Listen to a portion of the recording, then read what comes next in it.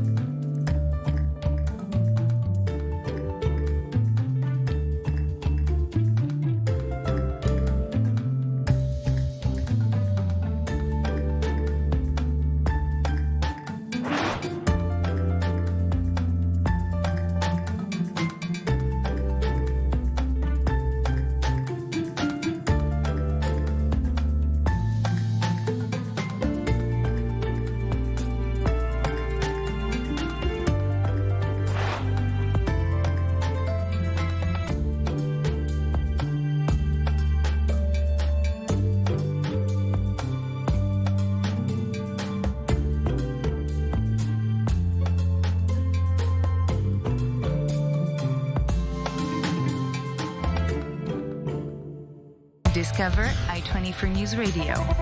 Now you can listen to I24 News anywhere, anytime, for free. I24 News Radio is the audio live stream of the television network with world headlines every 30 minutes starting from 7 a.m. Tune in for top news, magazines editions while in the car, in your office. Join us from your smartphone, tablet, or desktop to stay connected in the Middle East and around the world. Don't wait any longer. Head to our website or mobile application and click on I24 News Radio to subscribe.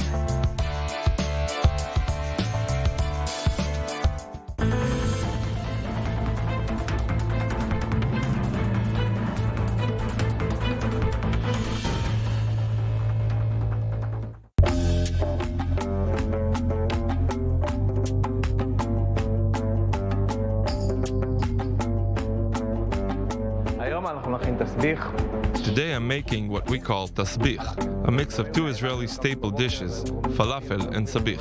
Sabich is a sandwich based on a traditional Iraqi Jewish dish made for a Shabbat breakfast. It's made of eggs and eggplant, and in the past, it was served on a plate.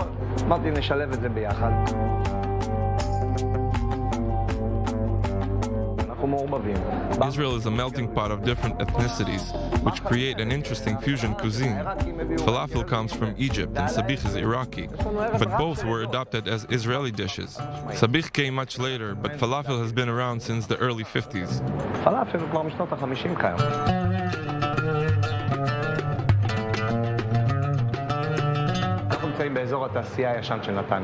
We're in Netanya, a city in central Israel.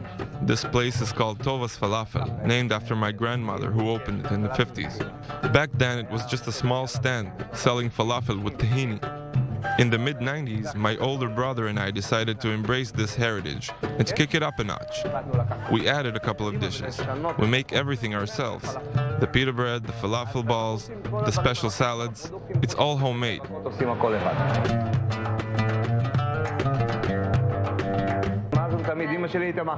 Ever since this place opened, I remembered my mother feeding the less fortunate. Sometimes people who arrive here are short of money.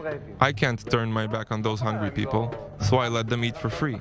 I'm pretty sure 20% of our customers don't pay, and I'm blessed to be able to allow that. Feeding people is not about making money.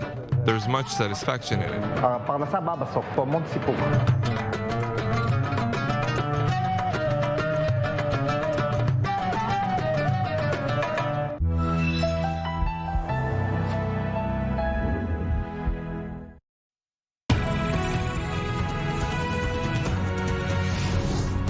Welcome back, and thanks for staying with us on this I24 News breaking news edition. Two major stories we are following at this hour. Major concerns in the United Kingdom right now about the health condition of Queen Elizabeth. Her family is on her way right now as she's under medical supervision at Balmoral Castle. Meanwhile, here in Israel, a Palestinian man has been arrested a short while ago on the streets of Jaffa, just south of Tel Aviv, carrying with him 2 pipe bombs and an AK-47 assault rifle. The man is currently being investigated by security forces. This highly worrying development is happening as Israel deals with a major uptick in Palestinian terror activity in the West Bank in recent months. Now, back to our story with the Queen. Still with us is David Mencer, Senior International Connector at Honest Reporting. David, you were talking about the legacy of the Queen.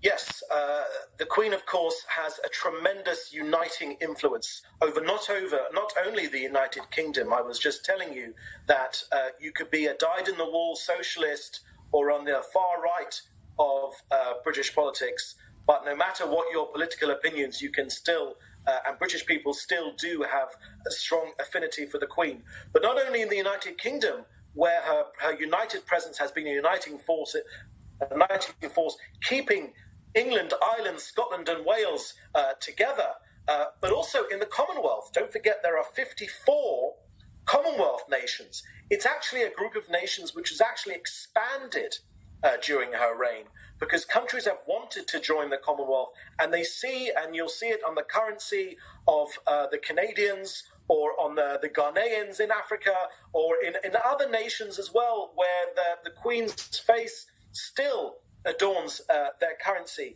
Our own Chancellor of the Exchequer in the UK is of Ghanaian origin. The new Home Secretary is of Indian origin.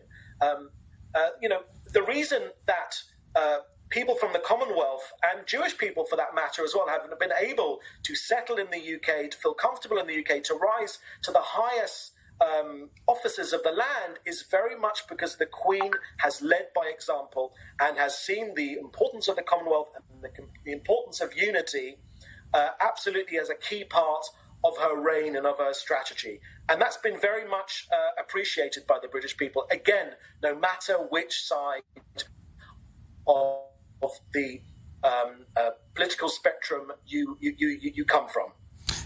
David, we know the Queen has been dealing with several health problems, particularly since October last year. And right now on your screens now, you can see the plane of the royal family that arrived in Aberdeen. That's the closest airport to the castle. David, I want to speak to you about the information about her medical condition. Unlike elected officials, there's not a duty to supply detailed information about her condition, but we know she's 96 years old. She's been dealing with several health issues. How much interest and concern was there in the British public and demand, perhaps, to get more detailed information about her condition? Look, Buckingham Palace are traditionally very, very wary of giving a running commentary on the health of any monarch. And the fact that they have, right now, just a couple of hours ago, said that the Queen is in a very difficult situation. Yes, they say she is comfortable, but the fact that they are already saying that she's in a tough medical situation, I think political watchers and royal watchers know that is code for bad news, unfortunately.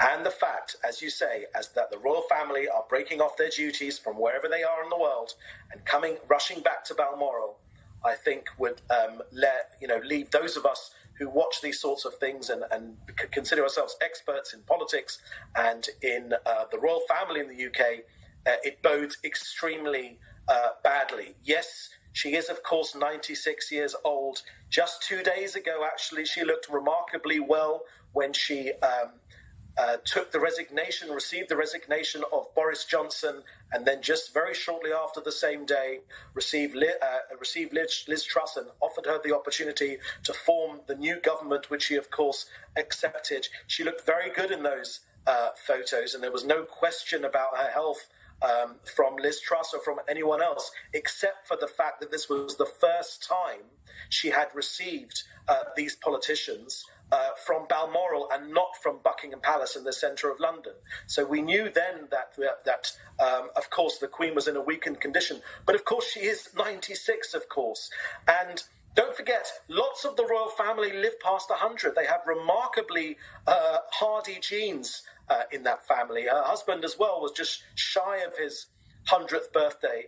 And we know, of course, how close they were together. So I think there will be a real shock amongst the British people, a real shock amongst people of the whole Commonwealth and of the world, because the Queen is very much beloved by many, many people. And the reason for that is she does not go for a commentary, a daily commentary on world affairs. She is above it all. She doesn't give a running commentary on what's going on. And for that reason, she has there is a large place in the hearts of the British people and the hearts of so many people around the world.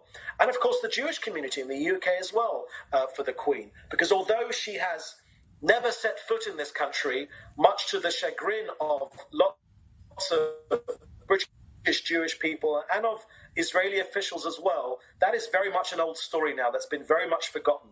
Her husband, Philip, of course, has been here a number of times to visit his mother's grave. His mother, of course, was noted to be a righteous amongst the nations for saving a Jewish family in Greece during the Second World War, at very much risk to her own life. And of course, Prince Philip and Prince Charles has been here visiting for Shimon Peres's funeral and also for Yitzhak Rabin's funeral, and has been here on other occasions as well. And more recently, in 2018, Prince William visited with Kate and was a huge hit on the streets of Israel, in Tel Aviv and in Jerusalem, an absolutely huge hit. So that story of a bit of friction between the fact that the Queen had never visited the UK, never visited Israel, that's very much a forgotten story, because certainly in living memory in the current era, she's been very, very warm with the Jewish community. And of course, her husband Philip was patron of many charities on behalf of the Jewish community. When they came to him asking him for help, he almost never said no. He's quite famous for that. So I think there'll be a real sense of shock, but I don't think you should, you can't underestimate the sadness that there will be in the UK, because again, she's 96, but there'll be tremendous sadness in the UK this has happened, and also shocked because, in the words of William Shakespeare, there is never a good time to receive news like this. But I think the British people will be watching their television screens and will be listening to their radios to get daily updates. Yes, a very beloved Queen, and many prayers for her health, both in the UK and around the world. David Mencer, thank you so much for being with us.